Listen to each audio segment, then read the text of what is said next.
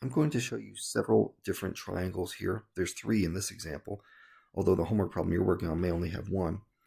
But in this example, we're going to go through sine, cosine, tangent, how to use these functions to determine the missing side of a triangle in these three different scenarios. So I know it's a little small on the screen. Let me just zoom in for you here, and we'll work through this first one. So it says we've got a triangle. The missing side is D. Use something about SOHCAHTOA to figure out the side length of D. Now we've got some other information, right? 48 degrees, 6.76. I want to talk about the relationship between these sides right here and this angle up here. What's the relationship between those? In other words, are they opposite, adjacent, and so on? So I'm going to label this one. Let me get my pen back here. I'm going to label this opposite because it is a side that is furthest away from that angle, 48 degrees. And this one over here is going to be adjacent. And this up here is going to be the hypotenuse. See if I can spell today. Okay, so I've got my opposite, adjacent, and hypotenuse. And I want to rephrase these things in a relationship using sine, cosine, or tangent.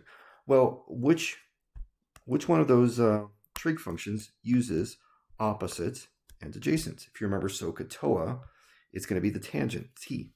So let's write that. Let's say tangent of 48 degrees equals opposite, that's 6.76, divided by adjacent, that's d.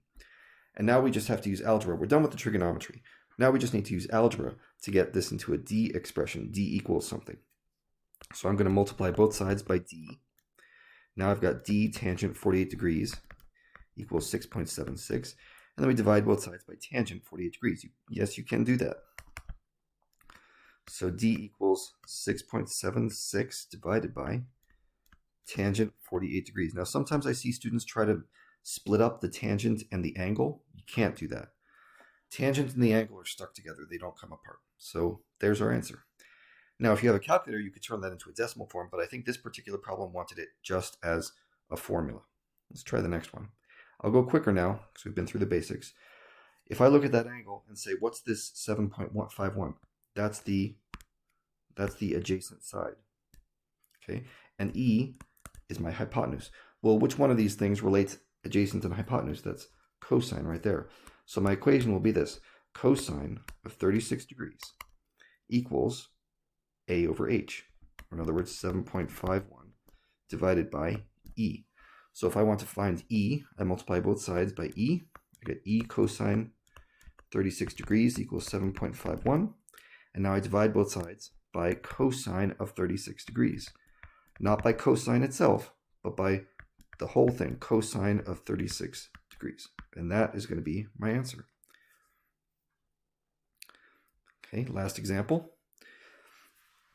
If I've got this angle 33 degrees, you can see that this side over here is opposite, and this is the hypotenuse.